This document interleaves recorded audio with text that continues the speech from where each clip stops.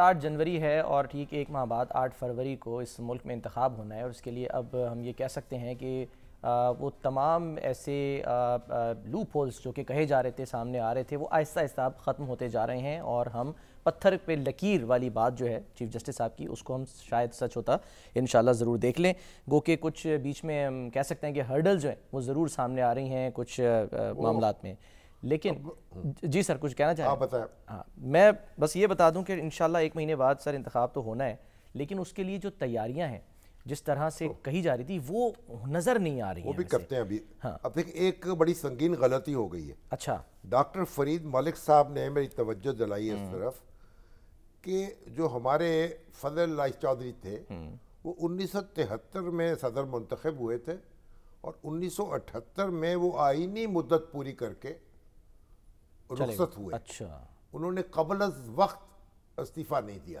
اچھا اچھا۔ اس لیے جو یہ بات کہی میرے ذہن میں تھی اور کہی جاتی تھی، یہ درست نہیں ہے، کیونکہ وہ اپنی آئینی مدت پوری کر کے 1978 میں رخصت ہو گئے تھے، اور اس لیے ذوالفقار علی بھٹو صاحب کا جو معاملہ تھا وہ ان کے سامنے پیش نہیں ہو سکتا تھا۔ انہیں 1989 میں 79 میں پھانسی دی گئی۔ ٹھیک ہے، تو یہ چلے سر کوئی نہیں، انسان غلطی کا پتلا ہے، ہاں یہ غلطی ہو ہوئی جاتی ہے، لیکن یہ اچھا ہے کہ آپ نے فوراً اس کو کر دیا۔ سر ہم آگے بڑھیں ذرا، اور ڈاکٹر سعید الہی صاحب، یہ جو پہلی بات تو یہ ہے کہ اب ذرا سیاسی جماعتیں ٹکٹ بانٹ رہی ہیں، امیدوار مقدمے لڑ رہے ہیں اپنی نااہلی کے، اہلیت کے، اور اب جب یہ سارے معاملات سیٹل ہو جائیں گے اس کے بعد پھر انتخابی مہم بھی شروع ہو جائے گی، یعنی جلسے جلوس بھی ہو جائیں گے، اور جلسے جلوسوں کی بہت زیادہ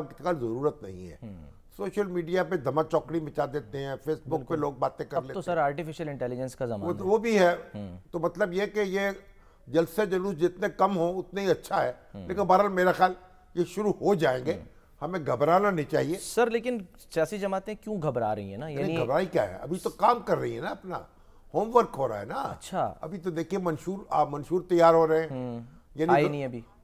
جو ہمارے بلاول بھٹو زرداری ہیں انہوں نے تو اپنے 10 نکات جاری کر دیے ہیں، اور وہ حلقہ جو لاہور کا ہے 127 اس سے وہ الیکشن لڑ رہے ہیں۔